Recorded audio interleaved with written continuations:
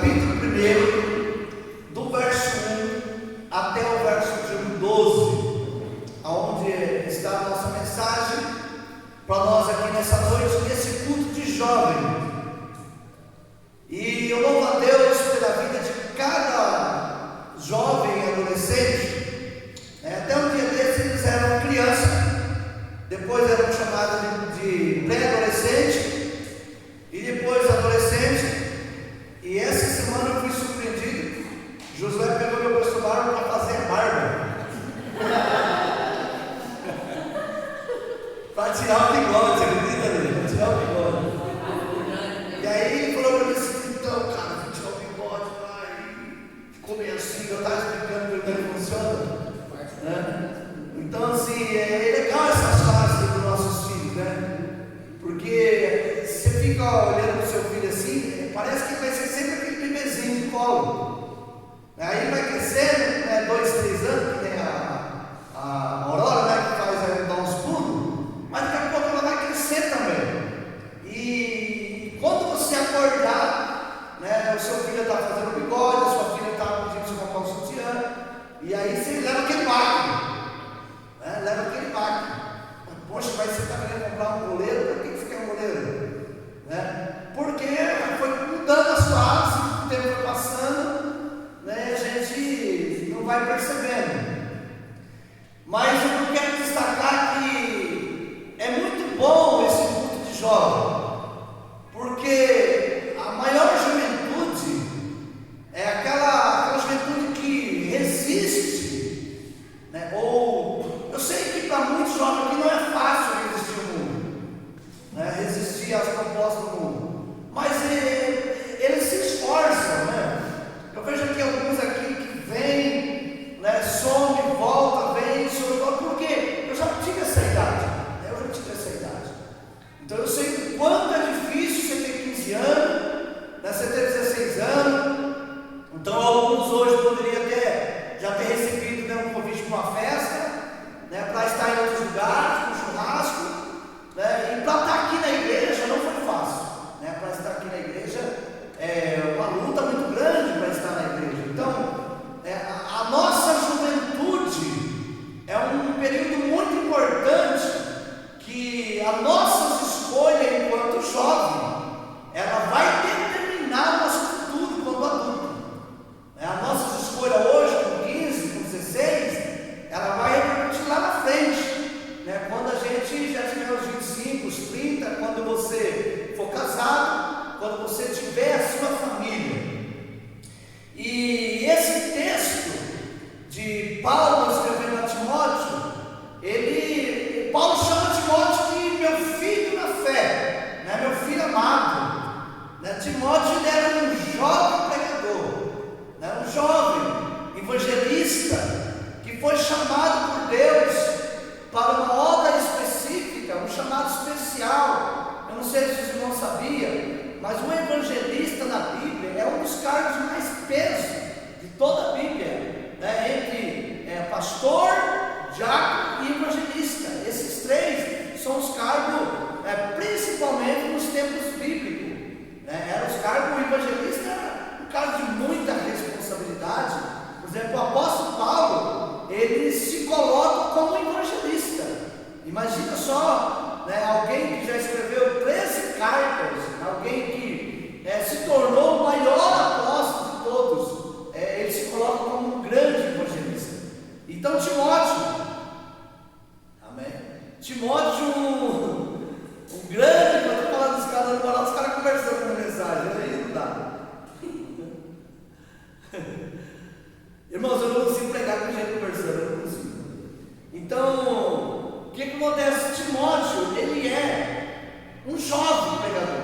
Só que esse jovem também não é da idade de Josué com 15, 14 anos de idade. É uma pessoa já de 25, de 30, porque o jovem era chamado de jovem de 18 a 25 anos de idade. Então, provavelmente Timóteo aqui ele tinha acima dos 30, acima dos 25 anos de idade, mas para Paulo, já no final do seu ministério, já de idade, acima dos 80, imagina um homem de 80 anos, de 80 anos de idade, ele dando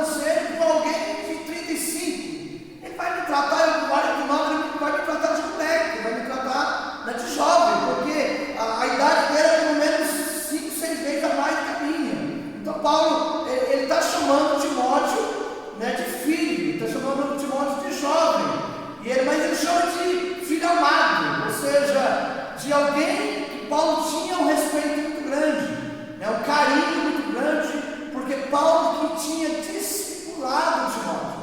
E então isso tinha um efeito muito grande no ministério também de Timóteo, de ter o apóstolo Paulo como seu pai na fé. E ele vai escrever essa carta animando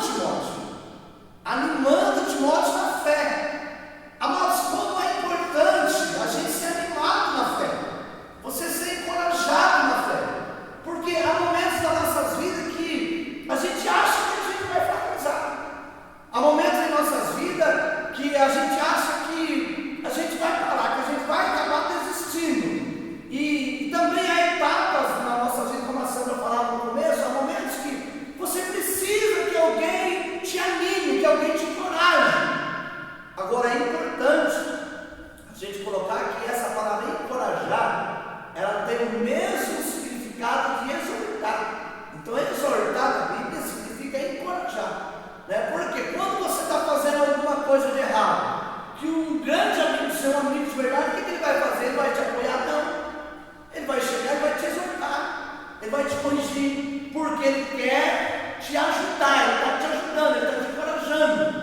Então, é muito importante, se tratando de fé, que a gente seja encorajado na nossa fé. Encorajado o quê? A prosseguir, a levantar a cabeça, a seguir em frente, né? As coisas estão difíceis, claro que está difícil. As pedradas são muitas, as perseguições, os momentos difíceis são enormes, e as provações, quando você passa uma, de repente você nem terminou, nem saiu daquela prova, já surge uma nova provação. E aí você precisa do quê? De alguém que tem um ministério profundo, de alguém que tem uma unção, de alguém que tem uma autoridade de Deus, para dizer para você: olha, nada está perdido na sua vida, nada está perdido. Deus apenas está permitindo que você passe por esse processo e que você recubra ânimo de Deus, né? Na presença de Deus, que você se levante, que você erga a cabeça, que você olhe para cima. Eu gosto muito do Salmo 121, quando o salmista diz: eleva meus olhos para o alto, da onde me vem o socorro? E ele vai dizer: o meu socorro vem do Senhor que fez os céus e a terra. O nosso socorro vem de Deus, o nosso socorro vem do alto. Mas quando a gente está passando por prova, a gente não consegue olhar para cima. Repare que uma pessoa, quando ele está com problema, ele só anda de cabeça baixa, ele só anda semblante caído, porque o inimigo tenta colocar na nossa mente que nós fomos vencidos, que nós não vamos triunfar, que a gente vai perder, que a gente já é um derrotado. Então a minha mensagem nessa noite é para te encorajar na fé, assim como Paulo trouxe essa mensagem a Timóteo, mandou esta carta encorajando Timóteo. Mas Paulo fala algo aqui maravilhoso nos versos 1, 3, 4 e 5. O apóstolo Paulo fala de um tempo de lágrima. Ele diz, ele lembra das lágrimas, e essas lágrimas não eram lágrimas derramadas por causa da prova, por causa da luta, por causa do problema, mas as lágrimas de alegria, né, de saudade, as lágrimas assim. Sabe quando alguém fica na sua casa um tempo, né? Eu me lembro assim que tinha uns missionários que vinham antigamente na igreja e ficavam um tempo, né? Quando ia embora era aquela choradeira, né? Parece que peraí, vai embora, a pessoa tem que ir embora, né? Um parente, quando alguém vai viajar, um filho vai ficar um mês fora, então aquelas lágrimas, aquela mãe chora, o pai chora. Não é uma lágrima assim de sofrimento, é uma lágrima de alegria, de saudade, né? De saber que aquela pessoa vai ficar um tempo longe. E o apóstolo Paulo, ele está lembrando aquelas lágrimas que foram derramadas, e ele está dizendo: eu não vejo a hora de te reencontrar, para nós nos alegrarmos juntos.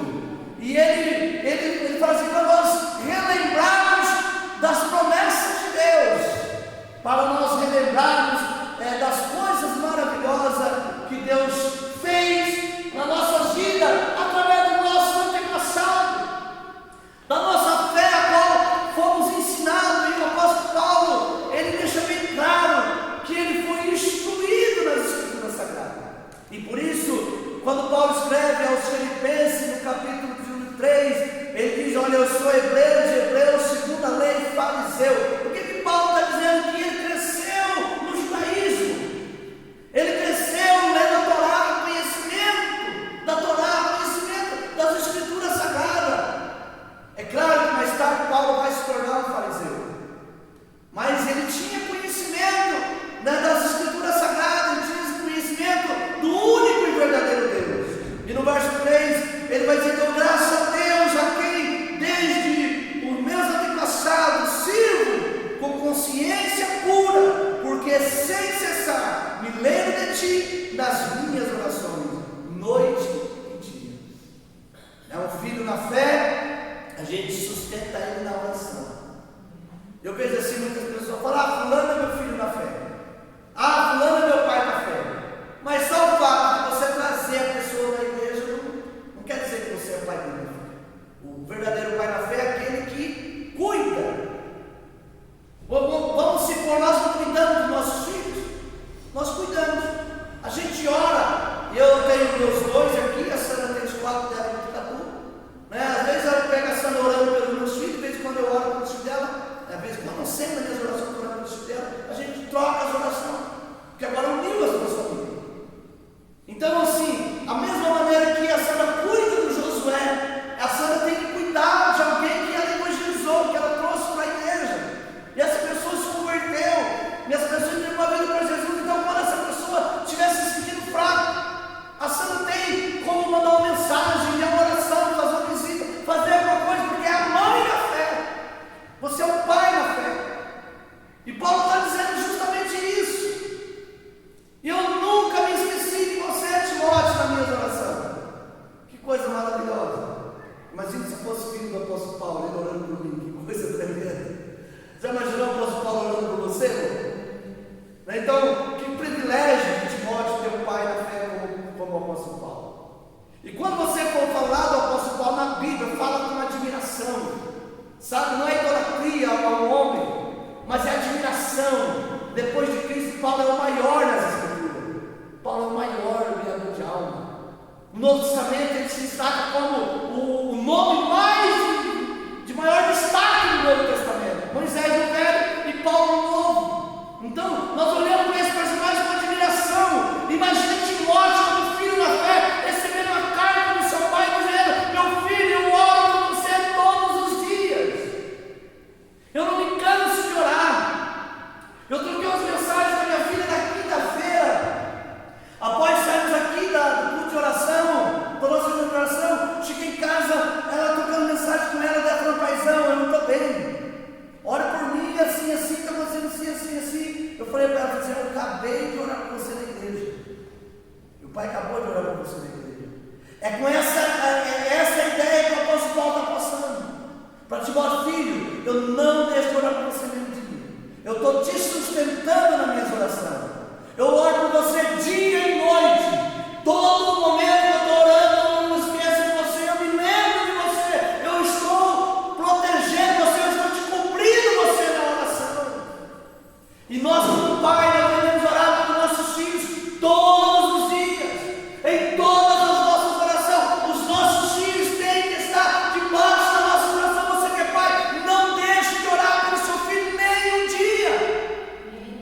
Você não pode, se você não orou pelo seu filho hoje, você fracassou.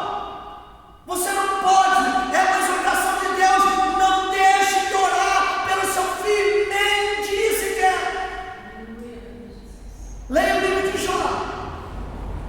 No livro de Jó, capítulo 1, verso 5. A Bíblia diz também que Jó levantava de madrugada e oferecia sacrifício a Deus, pensando: pode ser que os meus filhos podem ter cometido algum pecado, pode ser que os meus filhos estejam agora fazendo algo que desagrada a Deus. A preocupação de Jó era com a santificação da família. E a nossa oração tem que ser essa: a santificação. Porque a prosperidade, ela vem com duas coisas. Primeiro, a nossa obediência a Deus e o nosso trabalho. Duas coisas que vai determinar a sua prosperidade: ser fiel a Deus e você trabalhar. As outras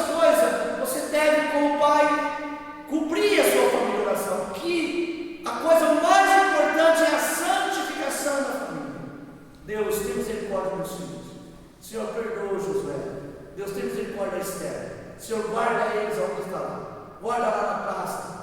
Guarda ele lá na festa. Guarda ele na escola. Guarda ele no trabalho. Senhor, que eles não venham ter uma vida de pecado, mas que eles possam ter uma vida santa, uma vida pura diante do Senhor. Porque não adianta nada nós servirmos a Deus a vida inteira e quando chegar lá na frente, nossos filhos não querem servir o Senhor, por ter se corrompido, pelo pecado que tem entrado na vida deles. Então o apóstolo Paulo, ele lembra Timóteo que ele é o seu intercessor, que ele é alguém que intercede pelo filho na fé dia e noite.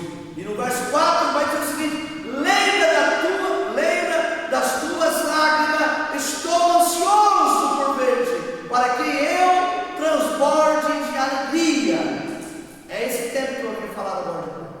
A saudade, né? Paulo, ele escreve as suas cartas, Paulo está preso, então, em algumas situações, Paulo fica 2 anos preso, fica 1 ano preso, fica longe, e ele está expressando o desejo de Deus sobre ele na fé. E ele está dizendo: olha, eu lembro inclusive do dia que você chorou quando eu fui embora. Eu lembro do dia que a gente se abraçou e a gente chorou porque a gente ia ficar longe, mas eu estou chegando. E eu não vejo a hora que a gente está junto para a gente se alegrar em Deus, se alegrar com as coisas de Deus. E ele vai dizer no verso 5: pela recordação que guarda da tua fé. Aleluia. Sabe, Paulo não está falando da feijoada, Paulo não está falando do almoço, da janta, do café. Paulo está falando da fé de Timóteo. Eu me recordo do homem que deixei, um homem fervoroso. Eu me recordo do homem que era temente a Deus. Eu me recordo da fé que habitava em você, Timóteo. E ele vai dizer: sem fingimento, uma fé sem fingimento, a mesma que primeiramente habitou em sua valoide e na sua manhanice, e estou certo que também habita em ti. Paulo está dizendo para Timóteo que o admirava pelo seu comportamento diante de Deus, um homem que servia a Deus sem fingimento.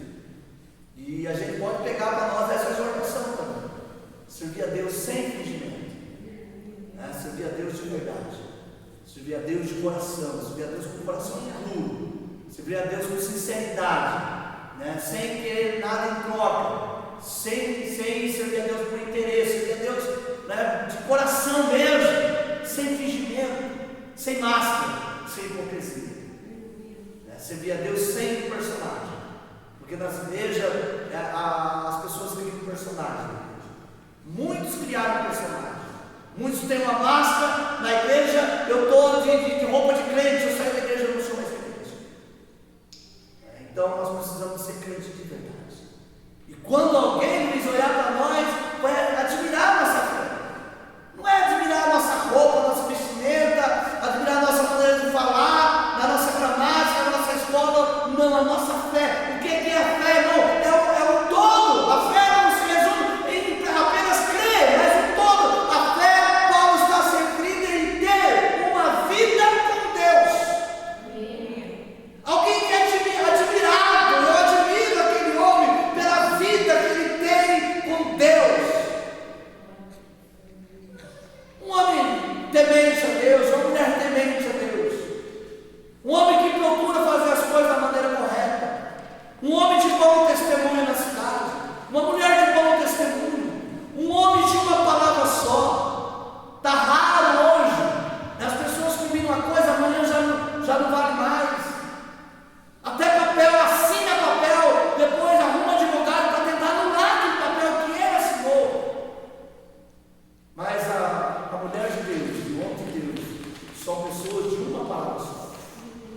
Amém? Porque a Bíblia diz que o nosso falar, seja se ensina ou não, o que passar disso é procedência humana. Ensina os seus filhos a ser homem e mulher de uma só palavra. Minha mãe me ensinou que eu não devo prometer, mas quando eu prometo, eu tenho que cumprir. Eu não sou obrigado a prometer nada para ninguém, mas uma vez que eu prometi, eu tenho que cumprir. E o apóstolo Paulo está destacando essa fé sem fingimento, e ele diz: olha, essa fé que habitou na sua avó e também habitou na sua mãe, e eu estou certo que você também, essa fé habita em você. Agora veja que exortação maravilhosa que Paulo traz no verso de 1 6. Ele diz assim: por esta razão, pois te admoesto que reavive o dom de Deus que há em ti pela imposição das minhas mãos. Paulo está falando claramente, sem rodeio. Eu estou te advertindo, Timóteo. Eu estou te corrigindo, eu estou te exortando que desperte o dom de Deus que há em ti. Lembra-te, como está escrito em Apocalipse, lembre-te do primeiro amor. Volta e recomeça. Lembra de onde caiu? Paulo está amando Timóteo. O que aconteceu? O que aconteceu com aquele dom maravilhoso? O que aconteceu com a presença de Deus que você recebeu quando eu impus as minhas mãos sobre você? O tempo vai passando e a gente às vezes vai se esfriando. A gente vai deixando de ler a Bíblia. A gente vai deixando de orar. Pecado não é mais pecado. A gente vai desanimando. E é preciso que alguém te desperte. É preciso que alguém toque na sua vida. E às vezes, sabe o que vai acontecer? A gente vai achar ruim. Na hora você não gosta, mas depois você admite que você precisava daquela palavra. Imagina só alguém chegar para mim. Meu pai na fé foi o pastor Luiz, ele que me batizou, ele que me discipulou. Imagina, ele mandou uma carta para mim e falou: César, eu estou te exortando para que desperte o seu ministério, o seu chamado. Hoje você não é nem sombra do que você era ontem. E Paulo vai relembrar uma coisa muito importante: os dons não é apenas o falar em língua estranha. Paulo está se referindo ao chamado de Timóteo, a sua vocação de evangelista e de apóstolo. Sabia que para alguns Timóteo é colocado como apóstolo pelos seus feitos. E ele vai dizer o seguinte: desperta o dom que há em ti pela imposição das minhas mãos, porque Deus não te deu. Porque Deus não nos tem dado um espírito de covardia, mas de poder, de amor e de moderação. Vamos pontuar algumas coisas aqui nesse verso 7. Ele está dizendo, Timóteo, Deus não nos tem dado um espírito de covardia. Em algumas traduções bíblicas está espírito de medo. A palavra covardia, em algumas das Bíblias, aparece medo, a palavra medo. Deus tem algumas escritas medo. Quem está com a Bíblia aberta? Eu gosto bastante dessa expressão covardia. Eu acho ela mais forte que a expressão medo, né, para esse tipo de assunto. Mas em algumas Bíblias, no lugar da palavra covardia, está escrito medo. Deus não te deu um espírito de medo no lugar de covardia. Uma pessoa covarde é muito triste. E um crente covarde? Lembra de Gideão? Quando Gideão foi enfrentar os medianitas, ele tinha um exército grande, aparentemente, mas o exército dos medianitas era 135 mil homens, muito além do exército de Gideão. Deus, estou só resumindo, Deus chamou Gideão, o anjo disse: o Senhor é contigo, homem valente, varão valoroso, o Senhor é contigo. Você vai livrar os medianitas, você vai livrar Israel das mãos dos medianitas. Gideão levou um barco, mas disse: eu assim, o Senhor é contigo, vai nessa tua força. E ele tinha então 30 mil homens para ir à guerra. Logo em seguida, Deus disse para Gideão: é muito homem. Se você vencer essa guerra com 30 mil, vou dizer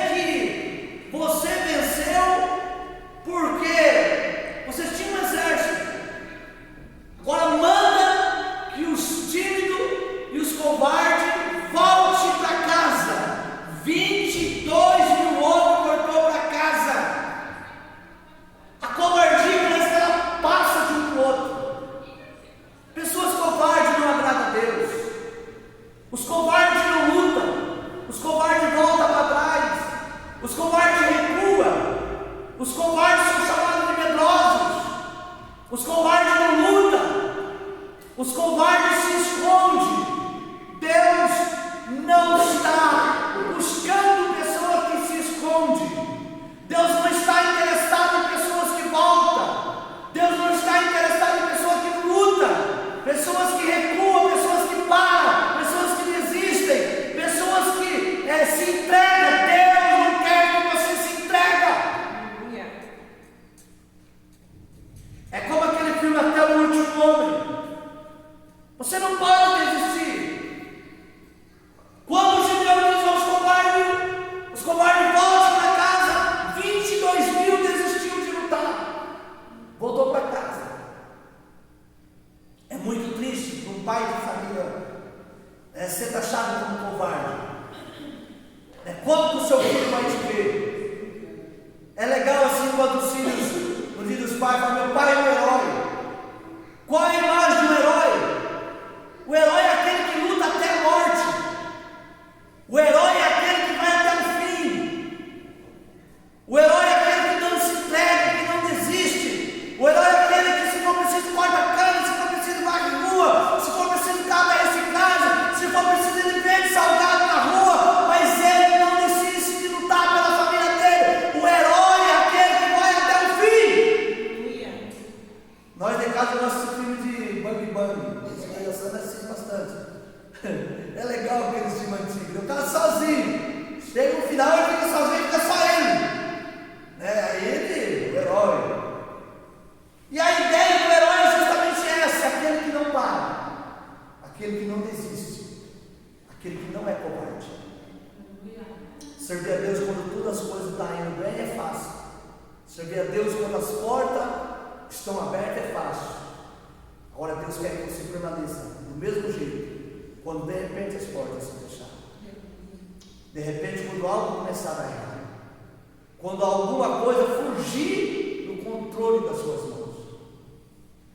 A primeira coisa que Paulo está dizendo para Timóteo: Deus não nos deu um espírito de covardia. A única coisa que nós não podemos ser, Timóteo, é ser covarde.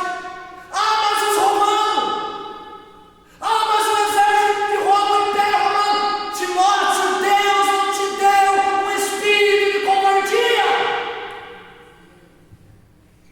Deus não nos fez covarde.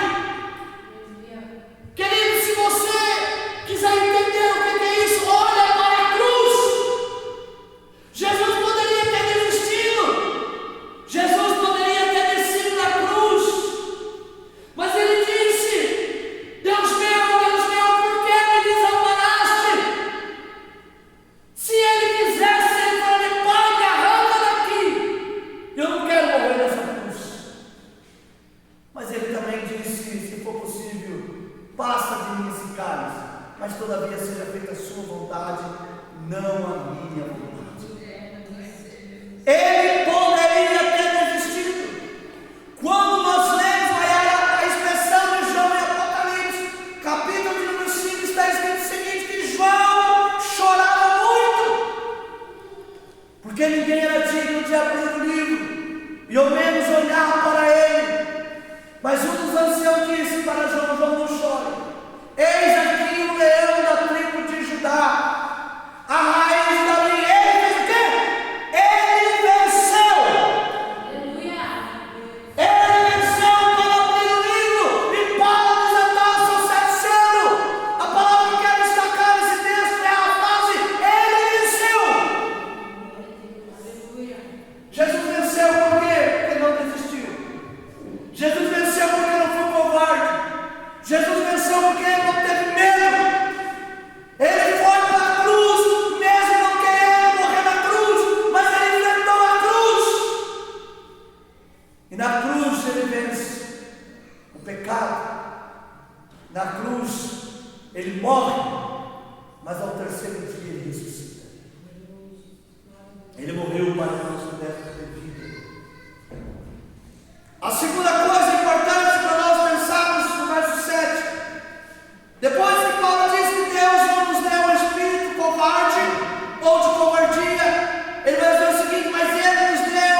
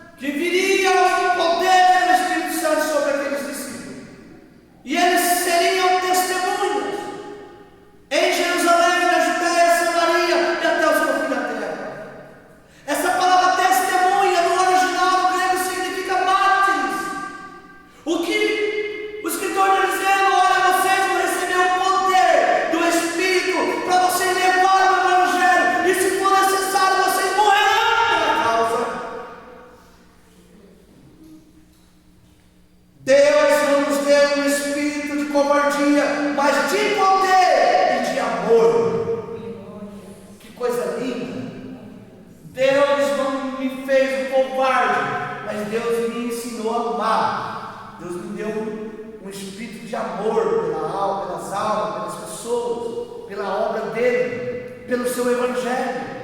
O apóstolo Paulo cita não apenas nesse texto, a partir do verso 8, mas em Romanos, Paulo dizia: não me envergonhe do evangelho. O apóstolo Paulo, se você for ler as suas epístolas, as suas cartas, você vai entender que ele vai dizer isso aqui repetido várias vezes.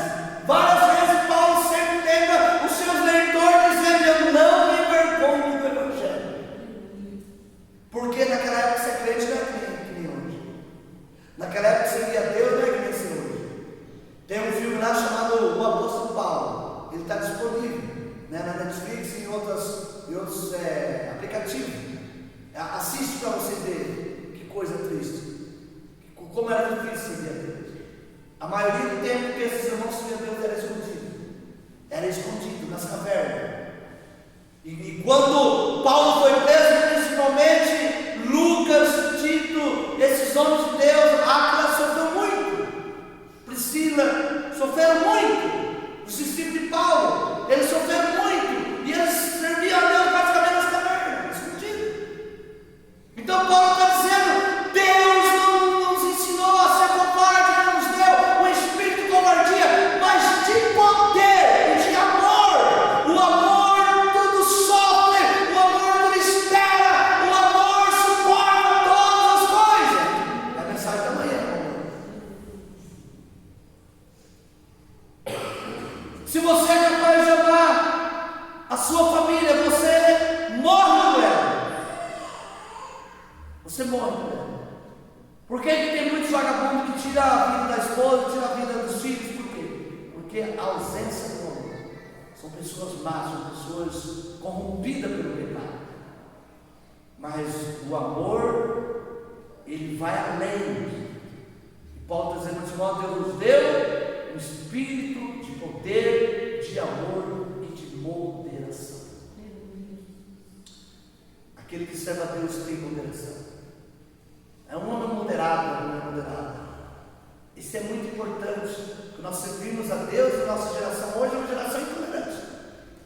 É um tal de nação para cá, de nação para lá. Dá até medo que a perna dos irmãos de olho, né? Então sim, mas a moderação, o equilíbrio, ela vem através da presença de Deus. Eu quero correr no verso 8, Paulo vai dizer o seguinte: não te envergonhes, portanto, do testemunho de nosso Senhor, nem dos seus encarcerados, que sou eu. Paulo está falando do tempo que ele estava preso, na sua prisão. Pelo contrário, participa comigo do sofrimento, a favor do Evangelho, segundo o poder de Deus. Participe comigo do meu sofrimento. Sabe, você está percebendo a ideia errada que a gente tem de Evangelho? A ideia do Evangelho é uma obra. A ideia do Evangelho é receber, ganhar, receber. O Evangelho para Paulo é sofrer por amor a Cristo, para dar um preço. E ele está dizendo para Timóteo: vem, sofre comigo. Lembra dos meus encarceramentos, vem, sofre comigo. Participa comigo dos meus sofrimentos. No verso de 9, que nos segundo, perdão, deixa eu pegar aqui, que nos salvou e nos chamou com santa vocação, não segundo as nossas obras, mas conforme a sua própria determinação e graça que nos foi dada em Cristo Jesus, antes dos tempos eternos, e manifestada agora pelo aparecimento de nosso Senhor Jesus Cristo, o qual não só destruiu a morte, como trouxe à luz a vida e a imortalidade mediante o Evangelho, para o qual eu fui designado pregador, apóstolo, mestre. Olha só, pregador,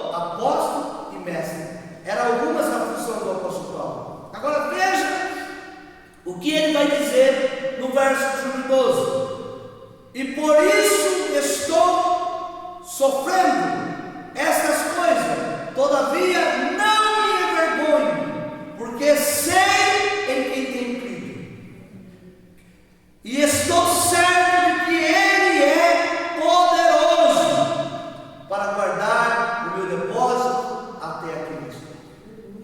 Que coisa tremenda! Que coisa tremenda! Verso 12: é por isso que eu estou sofrendo, por causa do Evangelho. O Evangelho me trouxe muito sofrimento. Se você for olhar 2 Coríntios capítulo 11, eu recomendo que qualquer cristão leia 2 Coríntios capítulo 11, e aí depois você pergunta para você mesmo: será que eu tenho sofrido? Eu tenho sofrido por amor a Cristo? Eu tenho pagado o preço? Paulo fala do seu sofrimento com orgulho de participar. Se você ler Filipenses capítulo de número 3, verso de número 10, Paulo diz que o meu maior desejo é conhecê-lo, participar da sua ressurreição e do seu sofrimento. O sofrimento de Cristo nos traz aprendizado. O sofrimento de Cristo nos aproxima de Deus. O sofrimento de Cristo fala da sua graça. O sofrimento de Cristo fala do preço que foi pago. E ele vai dizer: e por isso estou sofrendo estas coisas, todavia não me envergonho de ser um cristão. Eu não vou recuar, eu não vou desistir, eu não vou parar. Esse eu não me envergonho aqui não é que nem a gente às vezes prega: não está com vergonha de levar a Bíblia. Não, é de pagar o preço. Paulo está falando aqui de perseverança. Paulo está falando de morrer pelo Evangelho. E ele vai dizer: não, porque não me envergonho, porque sei em quem tenho crido. Eu sei quem me chamou. Eu sei quem foi que me encontrou no caminho de Damasco. Eu sei da onde Jesus me tirou. Eu sei em quem tenho crido, e por isso não me envergonho desse Evangelho. Romanos 1:17, Paulo diz que o Evangelho é o poder de Deus para a salvação de todo aquele que crê. Primeiro do judeu, depois do grego. O Evangelho é o poder de Deus para a salvação. E ele começa a não me envergonho do Evangelho, porque ele é o poder de Deus. Porque eu sei que tenho crido e estou certo que ele tem guardado o meu depósito. Há uma recompensa para aqueles que servem a Cristo. Há uma recompensa diante de Deus. Louvado seja Deus, que Ele é poderoso. Estou certo que Ele é poderoso para guardar o depósito até o dia final. Eu vou encerrar dizendo as frases do apóstolo Paulo quando estava já vivendo os seus últimos dias. Ele disse: combati o bom combate, acabei a carreira e guardei a fé. Essa passagem de 2 Timóteo, ela é maravilhosa, porque Paulo está dizendo o seguinte: ele está resumindo tudo que ele viveu. Ele diz: olha, combati o bom combate, eu não fugi do combate, não fuja do combate, acabei a carreira, ou seja, fui até o fim. Fui até o fim, acabei a carreira e guardei a fé. Muitos combatem, mas que no final perdem a coroa. Lembra da mensagem que eu li aquele dia? Seja fiel até o fim, guarda o que tem, para que ninguém tome sua coroa. Paulo está dizendo: olha, eu combati o bom combate, acabei a carreira e guardei a fé. Porque o justo juiz tem para me entregar naquele dia a coroa, não apenas a mim, mas todos aqueles que amam a sua vida. Isso fala de perseverança. Então é esse animal da fé de Paulo a Timóteo. Se vocês não perceber, Paulo trouxe uma exortação muito grande para Timóteo. Timóteo, você precisa amar mais. Timóteo, você precisa saber que há um poder de Deus na sua vida. Você não pode ser covarde. Timóteo, você precisa sofrer pelo Evangelho. Você precisa saber, Timóteo, que o Evangelho não é uma honra. O Evangelho não é festa. O Evangelho não é comida, não é bebida. O Evangelho é encarceramento. O Evangelho é naufrágio. O Evangelho te